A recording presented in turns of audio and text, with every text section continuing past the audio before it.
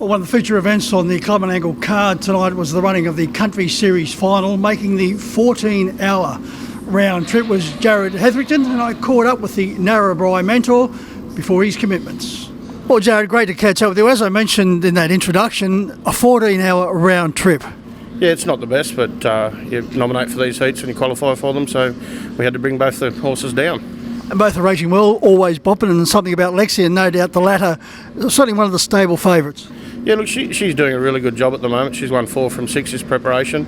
Hopefully she can continue that on tonight. Would have been nicer to have a draw a little bit closer, but you know, everyone draws somewhere, and we drew the wrong marble. Hopefully, Jared, for your case, the wider the draw, the better the price. Oh, exactly. So, you know, we're happy with how she's going. She's come on well, and just hopefully we can slot across into a nice position, and hopefully they'll know she's there at the finish. Jared, your introduction into harness racing, quite a subdued one.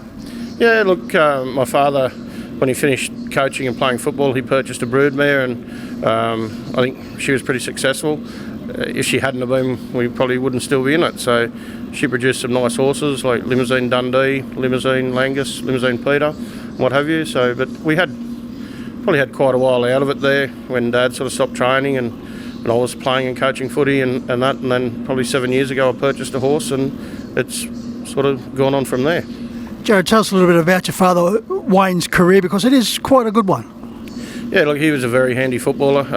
He just couldn't handle the city. He come down a few times and left probably before the trials started and things like that. But he coached country rugby league with success and represented country numerous times. So he's got a pretty big reputation in country rugby league.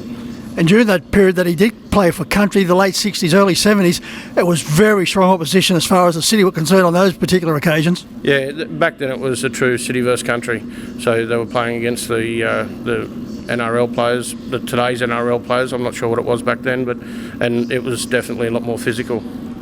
I remember those games, Jared. I used to turn up to some of those with Dad and watching some of those great country players come through the ranks, the likes of Terry Penowitz and the likes.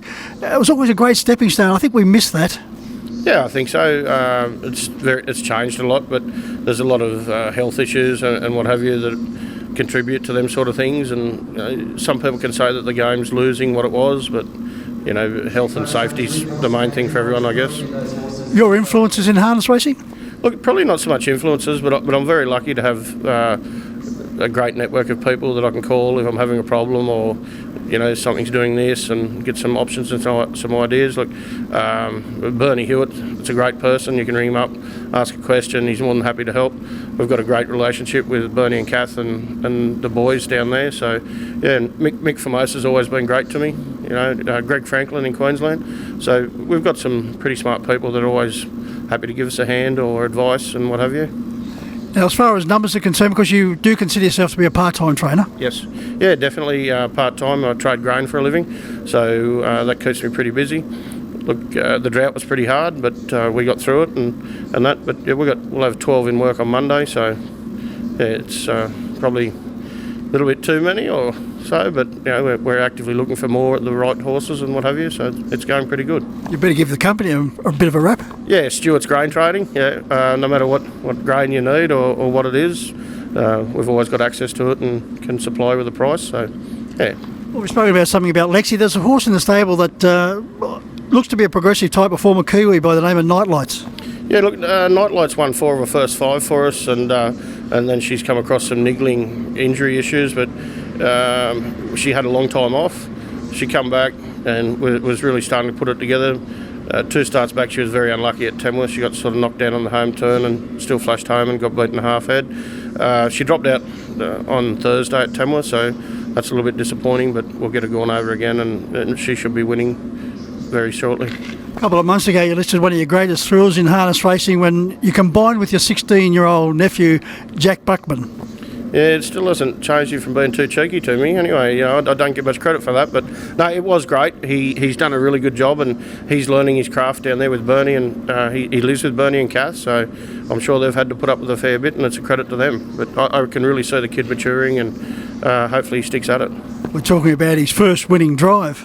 Yeah, you know, he taken a little while to get there, but every time he hops on one, I think he's improving, and that's what it's about.